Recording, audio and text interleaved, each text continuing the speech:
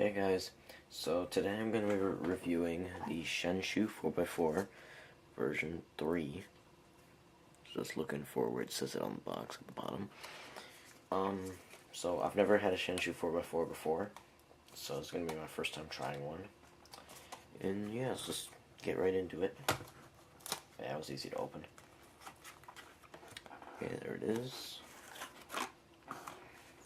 Okay, it feels really small. Here's a Maru, smaller than a Maru, obviously smaller than a Rubik's, and yeah, so it's smaller than a Maru, which is what I'm used to. So first turns,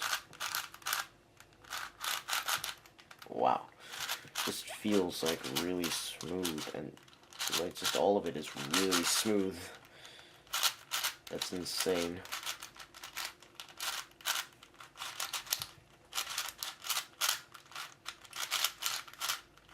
Corner cutting, not much. Well, it's really tight right now, so.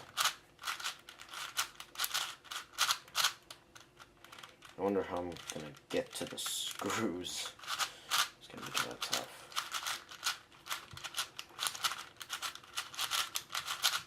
Yeah, but, yeah, it's really cool. It feels, like, insanely smooth.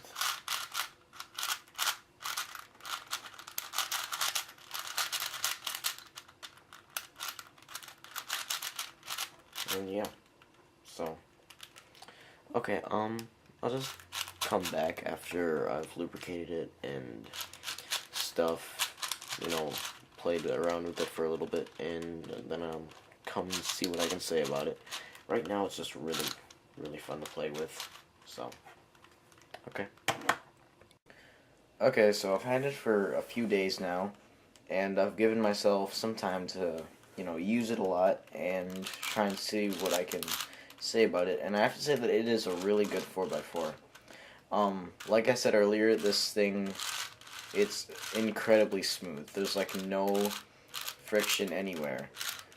The pieces are kind of rattly. Like when I'm turning it, you do hear that like rattly sound. But you don't really feel anything. It's just smooth overall. The inner layers, I'd say they're smoother. They might not be as controllable though. I'd say the outer layers are a little bit easier to use. And like I also said earlier, it is a little bit smaller than normal 4x4s. Here's a Maru, like I showed earlier. And here's a Dion and F8, obviously a lot smaller. So if you're coming from something this size, this is going to be a big step. But since I was used to the Maru, this wasn't really too big of an issue, the size.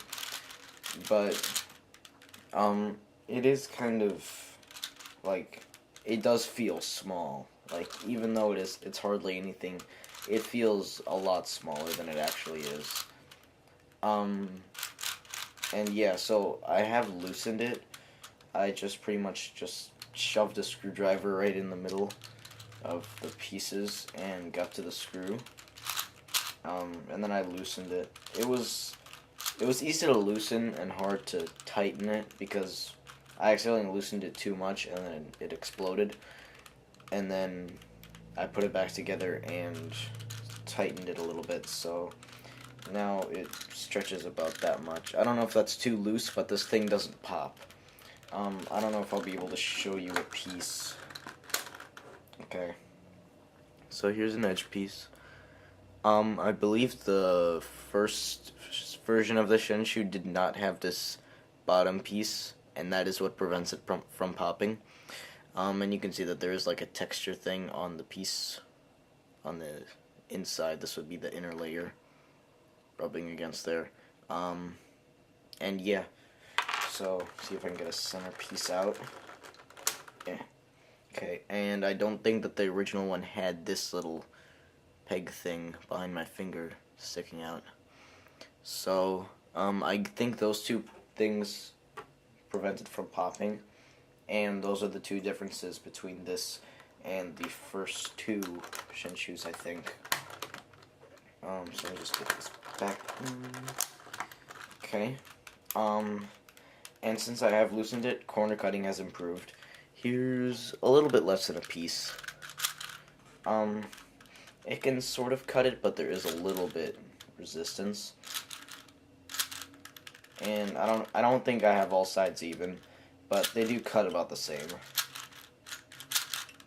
So yeah, um, right there, right, yeah. Try to say there and here, but right here, it cuts about that much. Pretty much the same as the outer layers, probably just a little bit less. Inner layers, a little bit more than half, I'd say.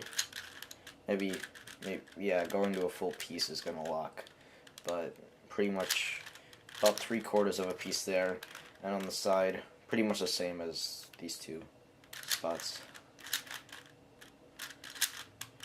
And yeah, so overall this cube is really nice, and for the price, I'd say it's probably the best cube for the price of it. It's $10 from Speed Cube Shop. I always say Speed Cube Shop, but you can't get it from Speed Cube Shop yet. I don't know if they're ever going to get it, but they don't have the version 3 yet. Or the version 2. Yeah. But you get this from iCube Mart. I don't know if I just repeated myself. But yeah, from iCube Mart for like $10.90 or whatever, $10.80. It's probably one of the cheapest. It's like the third cheapest 4x4, and it's probably on the list of the best.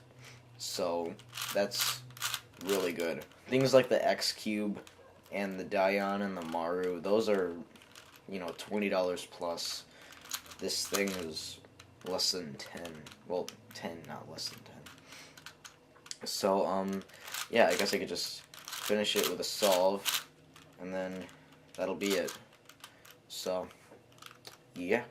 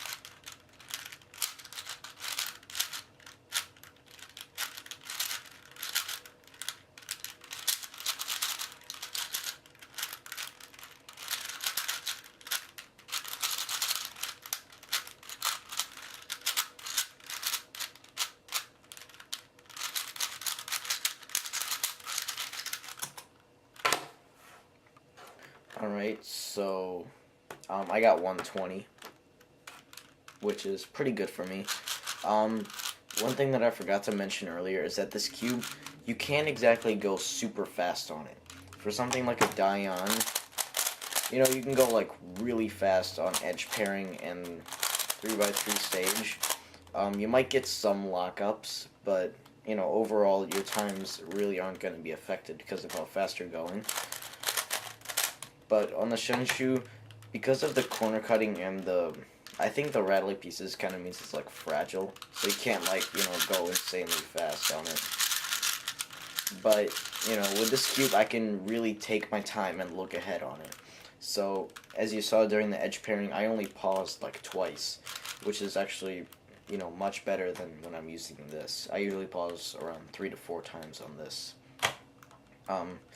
But my times, my personal best average is on this, and then my personal best single is on this. So, I'm not really sure. This is the Dion and MF8, by the way. So I'm not really sure which one overall is better, but I'm thinking that this one might be my competition 4x4 just because of that better average and because it doesn't pop. So yeah, thanks for watching. I hope this helped you decide if you want to get it. I do recommend it because it is a nice 4x4. It is cheap, so if you want to try it out, it's not like you're spending, $50 like an X Cube. But I mean, the X Cube's still good. I'm not trying to, lead people away from it. But this is a cube worth trying, and it is pretty cheap. So, yeah, thanks for watching.